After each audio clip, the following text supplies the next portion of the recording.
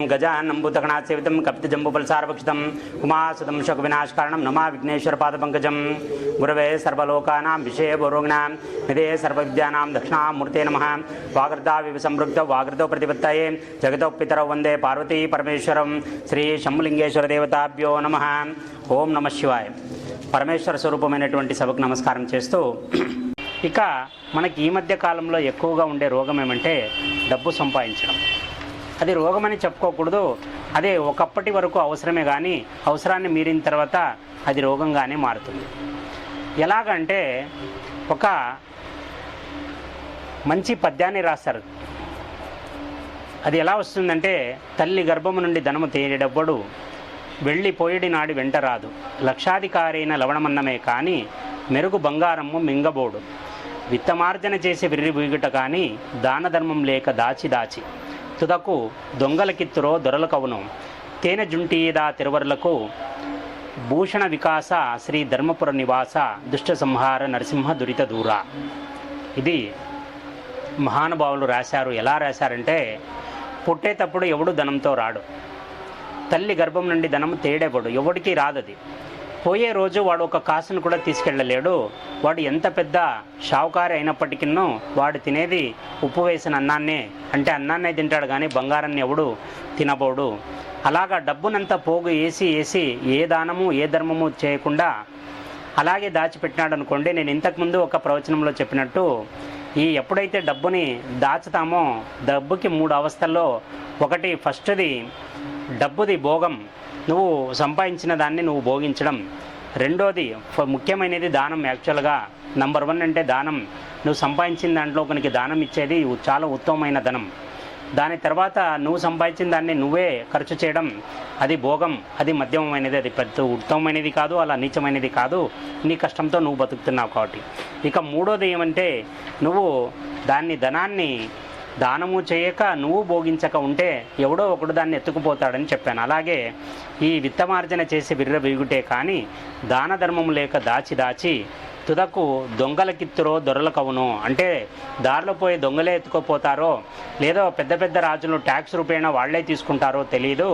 తేనె జుంటీయదా తిరువరులకు, అంటే ఈ తేనె పుట్ట కట్టి పాపం కుప్ప తేనె తయారు చేసి దారిలో పోయే బాటసారులకు ఇచ్చి ఎలాగైతే అవి ఖాళీ చేత్తో ఉంటాయో అలాగా ఈ సంపాదించిన వాడు కూడా తన సంపాదన అంతా ఎవరో నోట్లోకి పెట్టేసి ఏ సుఖం లేకుండా వెళ్ళిపోతాడు.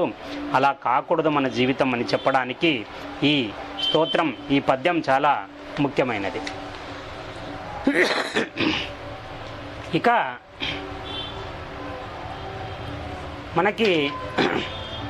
మనం చాలా తెలివైన వాళ్ళనే ఒక అపోహ ఉంటుంది. మీరు బాగా చూడండి, ప్రపంచంలో వాడు తెలివైన వాడు అనుకుంటున్నాడంటే నా దృష్టిలో వాడు మొట్టమొదటి మూర్ఖుడని అర్థం. ఎందుకంటే ఈ ప్రపంచంలో ఒకడిని మీరిన తెలివైన వాడు ఇంకొకడు ఉండనే ఉంటాడు.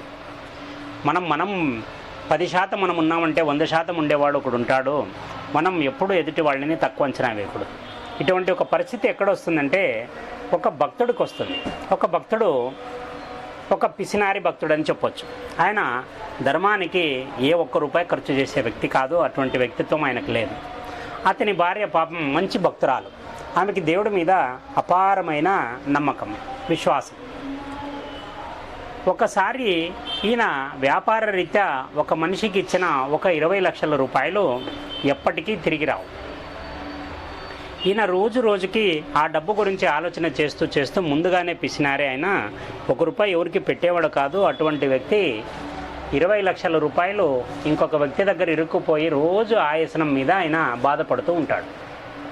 అప్పుడు భార్య ఒకసారి అంటుంది, ఏమండి, నేనైతే పూజ పునస్కారాలు అన్నీ చేస్తా, మీరు పూర్తిగా దేవుణ్ణి నమ్మడమే వదిలిపెట్టేశారు. మీకు సమస్యలు కూడా ఒకదాని తర్వాత ఒకటి వస్తూనే ఉన్నాయి. నా మాట వినండి. నేను పెళ్ళైన కొత్తలో ఒక మొక్కు అనుకున్నాను. నేను స్వామివారి తిరుపతికి వెళ్ళి స్వామివారి ఉండిలో ఆయనకి కొన్ని కానుకలు వేసి వద్దామండి, ఏమైనా కష్టాలు గట్టెక్కిస్తాడో ఆ స్వామివారే చూద్దామని చెప్తుంది. ఆయన అంటాడు, నేను పోగొట్టుకొని ఆల్రెడీ ఏడ్చుకుంటూ కూర్చోనంటే నువ్వు మళ్ళీ దేవునికి ముడుపులని అదని ఇదని మళ్ళీ నువ్వు ఖర్చు అయ్యే విషయాలు చెప్పొద్దు. నువ్వు నీ పూజలు ఏమున్నా ఇంట్లోనే చేసుకో, ఇల్లు గడప దాటే విషయాలు నాకు చెప్పొద్దు అని చెప్తాడు. ఇలా కొద్ది రోజులైన తర్వాత ఆయనకు మళ్ళీ వ్యాపారంలో ఒక్కోటి సమస్యలు రావడం మొదలు పెడుతుంది. మళ్ళీ భార్య చెప్తుంది, ఏమండి నా మాట వినండి, ఇప్పుడైనా దేవుని దగ్గరికి పోయిస్తాం, ఒక్కసారి పోయించిన తర్వాత చూసుకోండి, మీకే అర్థమైపోతుంది దాన్ని. అప్పుడు ఆ రోజు ఆయనకి కోపం వచ్చేస్తుంది. ఏంటి నీ మాట ఎత్తితే దేవుడు దేవుడు దేవుడు అంటావు నువ్వు, అసలు మీ దేవుడు ఉంటే ఇంత అన్యాయం జరుగుతుందా? నేను కష్టపడిన డబ్బా ఇంకొకరికి ఇస్తే వాడు అట్లా తీసుకుని వెళ్ళిపోతాడా? దేవుడు ఉంటే ఇవన్నీ జరుగుతాయంటావా? ఒక్కసారి నమ్మి చూడండి మీకే. సరే, దీన్ని ఎలాగైనా వదిలించుకోవాలో, భార్య మళ్ళీ మాట ఎత్తకూడదని చెప్పేసి ఆయన ఒక ఓపెన్ ఛాలెంజ్ భార్యకి చెప్తాడు. నీ దేవుడే నిజమైతే నాకు ఎలాగపోయిన 20 లక్షలు నాకు అలా తెచ్చిచ్చినారనుకో, నేను దేవునికి దాంట్లో అర్థం వాట ఇచ్చేస్తా. అయిపోయినా ఒకవేళ అది రాలేదనుకో, నువ్వు నోరు మూసుకొని ఉండాలి, జీవితంలో నన్ను సతాయించకూడదు దేవుడు అని.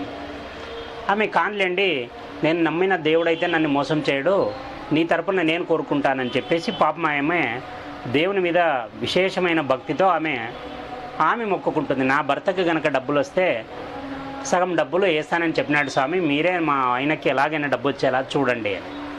ఆమె భక్తి ప్రభావమో మళ్ళీ భగవంతుడి పరీక్ష ప్రభావమో తెలియదు కానీ పాపం మరుసటి రోజు రాత్రికి వాడు 20 లక్షలు ఇవ్వాల్సిన వ్యక్తి వెతుక్కుంటూ వచ్చి ఒక సూట్ కేసులో 20 లక్షలు ఇచ్చేస్తాడు. ఆయనకి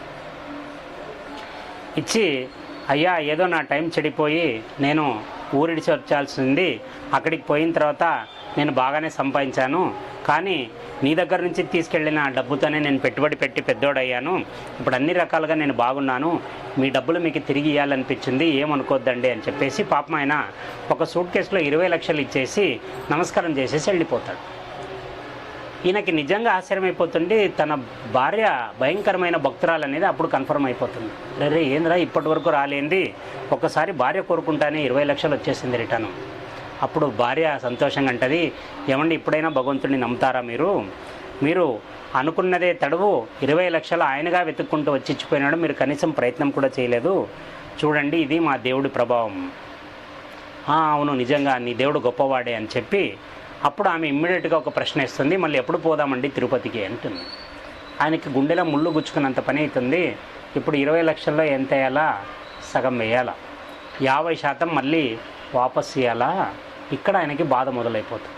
అరే ఇవి వచ్చినట్టే వచ్చినాయి, ఇది నేను కష్టపడిన 20 లక్షలు కదా, ఇవి దీంట్లో సగ భాగం ఇస్తాను, నేనేదో పొరపాటులో అన్నానే అనుకో, ఇంతింత డబ్బులు దేవుడేం చేసుకుంటాడు. భార్యకు ఒక మాట చెప్తాడు ఆయన, చూడే నేనేదో మాట వరుస కన్నాను భగవంతుడికి, నిజంగా అయితే దేవుడు ఏం చేస్తాడు చెప్పు, ఆయన తిరుపతి వెంకటేశ్వర స్వామికి డబ్బు తక్కువ ఏదన్నా మనం నామమాత్రంగా పోయి ఏదో మనం అనుకున్న కాటికి ఒక 1116లో ఏదో వేసి వచ్చేద్దాం, దర్శనం అయితే చేసుకొని వద్దాం, నేను చెప్పిన తర్వాత డబ్బులు వచ్చినాయి కదా. అప్పుడు భార్య అంటుంది, చూడండి మీరు పెద్ద తప్పు చేస్తున్నారు, స్వామివారికి అనుకున్న తర్వాత మనం ఇచ్చి తీరాల్సిందే, మళ్ళీ ఇవ్వాల్సిన దేవుడు ఎలాగో మనకి ఇస్తాడు, ఇప్పుడైతే మీరు మాట తప్పొద్దండి, ఇంకా మంచి మంచి ఉపద్రవాలు వస్తాయి చూడండి నీకు. అప్పుడు అంటాడు, అరే ఇదేం భార్య దగ్గర ఒప్పేసుకున్నాను, ఇది దయ్యంలా పట్టుకొనింది నన్ను, ఏం చేయాలో అర్థం కాదు. ఆయన పాపం రాత్రి అంతా ఆలోచన చేస్తాడు, ఏం చేయాలో అర్థం కాదు. ఆయన చివరి ఆఖరికే ఇక దౌర్జన్యానికి దిగుతాడు. భార్య ఏమండి తిరుపతికి వెళదామన్నప్పుడంతా ఆమెను తిట్టడం మొదలు పెడతాడు, ఆమె ఏడవడం మొదలు పెడుతుంది. ఏం స్వామి నీ నమ్మకంతో డబ్బులు వచ్చినా నా భర్త ఇలా చేస్తున్నా, నా భర్తకు మంచి బుద్ధి ఇవ్వండి అని పాపం మా అమ్మ కోరుకుంటుంది. ఇలా ఉన్నప్పుడు ఆయన ఇష్టపడి ఒక బంగారు ఉంగరాన్ని చేయించుకొని ఉంటాడు. అది వజ్రాల ఉంగరం అన్నమాట.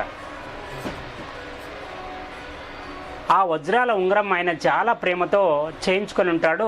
ప్రతిరోజు దాన్ని ఉంగరాన్ని ఆయన ముచ్చటగా చూసుకుంటూ ఉంటాడు. ఆయనకు ఒక కథ అలవాటు ఉంటుంది. భార్య పాపము రోజు అడగడం, భర్తతో తిట్లు తినడం, ఆమె పోయి భగవంతుడిని క్షమాపణ కోరుకోవడం, ఇలాగా రోజు ఒక ప్రహసనంలా జరిగిపోతుంది. ఇక ఆమె భగవంతుడిని కోరుతుంది, అయ్యా ఇక నా వల్ల అయితే అయ్యే పని కాదు, చాలా ముండోడు నా మొగుడు, నువ్వే వసూలు చేసుకో ఆయనకి చెప్పే శక్తి నాకు లేదు. అప్పుడు ఆమె చివరి ఆఖరికి ఏం చేస్తుందంటే, ఎలాగోలా జరిగేది జరుగుతుంది, కనీసం దైవ దర్శనానికన్నా పోవడం, ఈ దుర్మార్గుడికి దేవుడిని చూసిన తర్వాత ఏమైనా బుద్ధి మారుతుందేమో అని చెప్పేసి ఎలాగోలా కష్టపడి భర్తని తిరుపతి ప్రయాణానికి మొదలు పెడుతుంది. తిరుపతికి ప్రయాణం మొదలు పెడతారు. పాపం ఎలాగోలా అన్నీ రిజర్వ్ చేసుకుంటాడు. భార్య రోజు తలకాయ తింటుంది, ఒకసారి పోయి చేస్తే నాకు కూడా ప్రాబ్లం ఉండదని చెప్పేసి ఆయన ప్రయాణం పోతాడు. బాగా అక్కడికి పోయిన తర్వాత దైవ దర్శనం అంతా చేసిన తర్వాత ఆమె అంటుంది, ఏమండి హుండీలోకి వేసేసేయండి డబ్బులు. ఆయన అంటాడు, ఎంత వేయాలంటాడు. ఏమండి మరీ 1000 రూపాయలు ఘోరంగా ఉంటుందండి, కనీసం ఒక 10,000 వేయండి. ఆయన పాపం, ఇంకా నువ్వు 10,000 వేస్తాను నేను, కానీ నువ్వు ఖచ్చితంగా మళ్ళీ దీని గురించి ప్రస్తావన తేకూడదని చెప్పేసి ఆయన 10,116 రూపాయలు హుండీలో వేస్తాడు. హుండీలో వేసి చెయ్యి తీయబోగా ఆయన చేతికుండే వజ్రాల ఉంగరం రాలి ఆ హుండీలోకి పడిపోతుంది. ఎప్పుడైతే హుండీలోకి పడిపోతుందో ఆయన గుండె జారినంత పని అయిపోతుంది. ఆయన హాహాకారాలు చేయడం మొదలు పెడతాడు. అక్కడుండే సెక్యూరిటీ వాళ్ళు అందరూ వస్తారు, ఏమైంది ఏలేమన్నా తగ్గిపోయిందామన్నట్టు. వాళ్ళు చేయి చూస్తే, లేదయ్యా నా వజ్రపు ఉంగరం లోపలికి వెళ్ళిపోయింది. ఆయన అంటాడు, చూడండి అది హుండీలోకి పడిపోయిన తర్వాత మనం ఏం చేయలేము, దాన్ని లెక్కాచారం చేసేకి ఇది వేరే విధానం ఉంటుంది, దాన్ని ఏం చేయలేము. అయ్యా దాని విలువ 20 లక్షలయ్యా అంటాడు. నేనేం చేయలేను బాబు, అది లోపల పడిన తర్వాత అది నీ ఉంగరమో పక్కోడి ఉంగరమో వాడు వేసేది చూసి నువ్వే అనుకుంటున్నావేమో, మేమైతే ఇవ్వము అని. చూడండి అయ్యా అది 20 లక్షల కాస్టు, నేను 10,000 రూపాయలు వేయడానికి పోతే నా ఉంగరాన్ని ఊడి దాంట్లోకి పడిపోయింది. అప్పుడు భార్య అక్కడే సంకల గుద్దుకుంటే పాపం ఆయన బాధపడతాడని పక్కకు పోయి స్వామికి ఆమె మెటికలు విరిచి, స్వామి ఎంత తెలివైన వాడు, నా భర్తతో కూడా డబ్బులు వసూలు చేసుకున్నాడని సంతోషపడి అక్కడ సాష్టాంగం చేసి మళ్ళీ భర్తతో వచ్చి ఏడ్చుకుంటూ నిలబడినట్లు ఆమె యాక్టింగ్ చేస్తుంది. అలాగా భగవంతుడు ఒక మొండి భక్తుడితో డబ్బులు ఎలా వసూలు చేస్తాడని చెప్పడానికి ఈ చిన్న కథ ఉదాహరణ. అందుకే మన తెలివితేటలు మనవర